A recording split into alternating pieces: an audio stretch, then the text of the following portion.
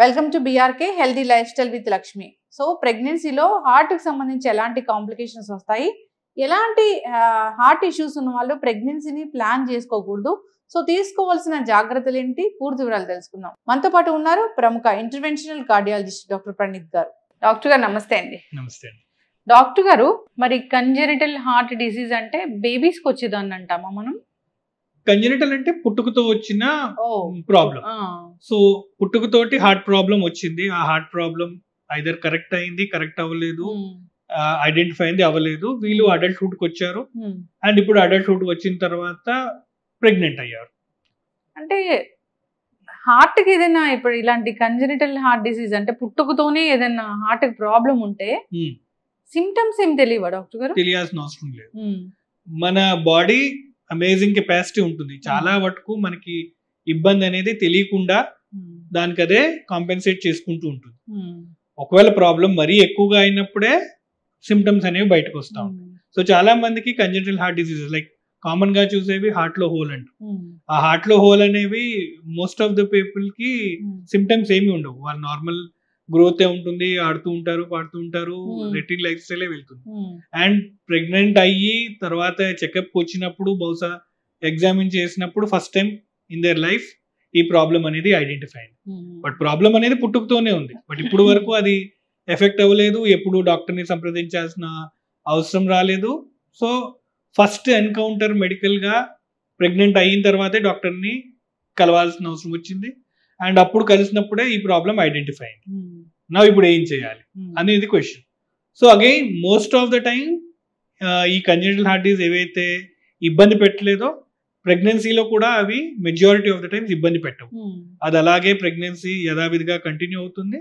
And ఒకసారి pregnancy terminate అయిపోయిన తర్వాత ఈ హార్ట్ ప్రాబ్లమ్ ని మేము కరెక్ట్ చేయడం కోసం చూస్తాం.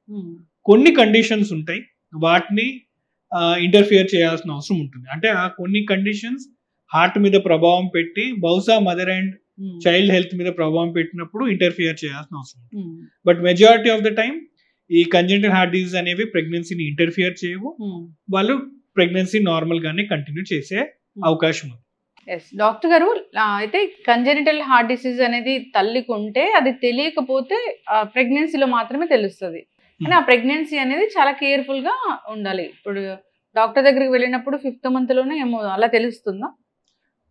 అంటే కొందరికి హార్ట్ డిసీజ్ ఉన్నట్టు ముందే తెలుసు, కొందరికి తెలియదు. ఒకవేళ మీకు ఆల్రెడీ ముందు తెలిస్తే కన్సీవ్ అయ్యే ముందు ఒకసారి డాక్టర్ని సంప్రదించి ప్రెగ్నెంట్ నేను అవ్వచ్చా, అవుతే ఏమైనా ఇబ్బంది అవుతుందా?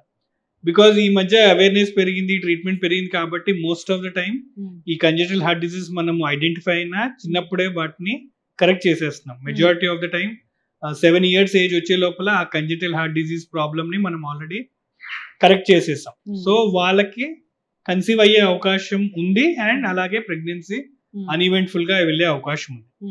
కొన్ని కంజెనిటల్ హార్ట్ డిసీజెస్ రిపేర్ అవ్వలేదు, పూర్తిగా కరెక్ట్ అవ్వలేదు లేదా కరెక్ట్ చేయలేని పరిస్థితి. సో అలా అన్రిపేర్డ్ కంజెనిటల్ హార్ట్ డిసీజ్ ఉన్న వాళ్ళల్లో ప్రెగ్నెంట్ అయ్యే రిస్క్ అనేది కొంచెం ఉంది.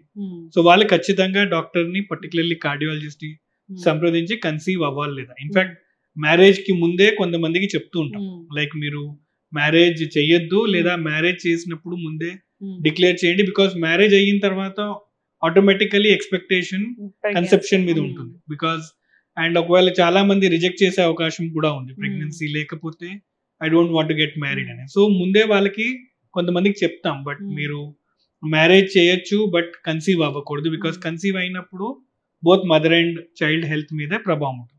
సో అలా కొన్ని కండిషన్స్ ఉన్నాయి, వాటికి స్ట్రిక్ట్ కాంట్రాఇండికేషన్స్. లైక్ పర్టికులర్లీ మీకు ఇందాక చెప్పినట్టు సైనోటిక్ కంజెనిటల్ హార్ట్ డిసీజ్ అంటాం, వీళ్ళల్లో సాచురేషన్ లెవెల్స్ తక్కువ ఉన్నాయి.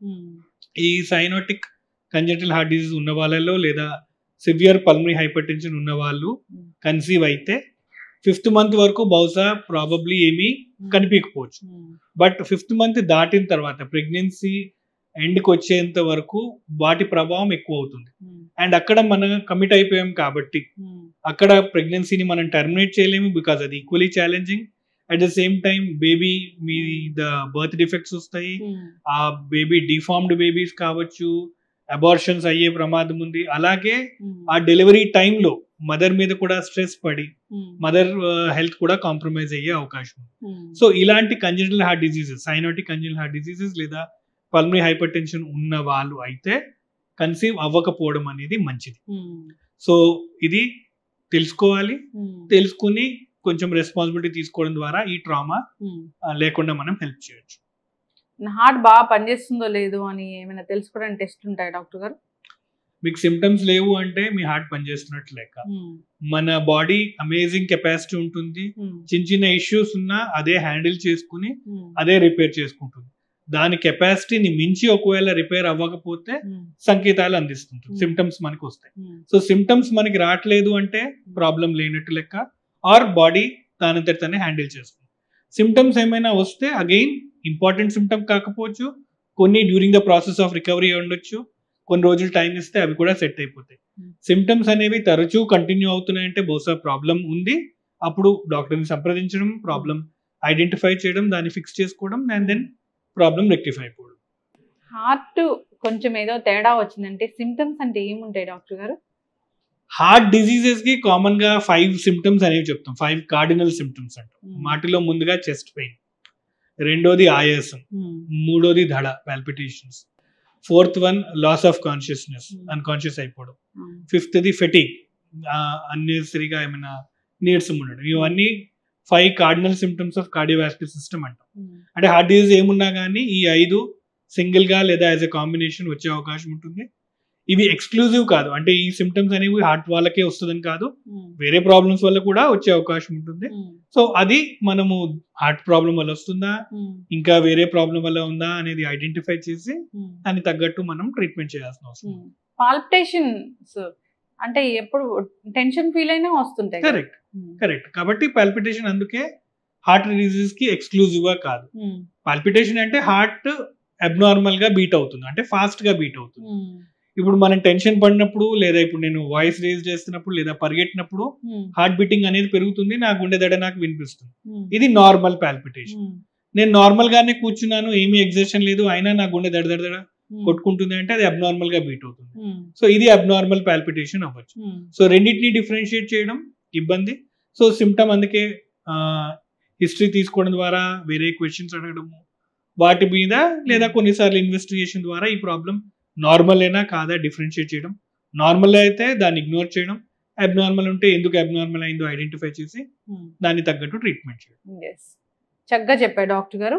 ఏదేమైనా కానీ ఒకప్పుడు కన్నా ఇప్పుడు ఒక 25 ఏళ్ళు దాటాక వచ్చి టెస్టులు చేయించుకుంటే మంచిది, అంతేనా డాక్టర్ గారు?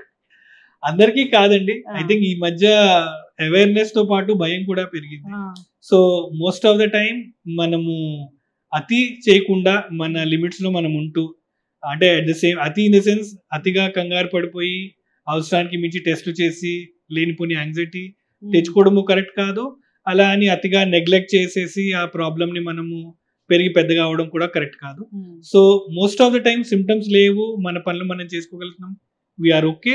బట్ ఏదైనా సిమ్టమ్స్ వస్తే దాన్ని కంప్లీట్ గా ఇగ్నోర్ చేయకుండా డాక్టర్ని సంప్రదించి తగిన టెస్ట్ చేసుకుని దాన్ని ముందుగానే రెక్టిఫై చేయాలి.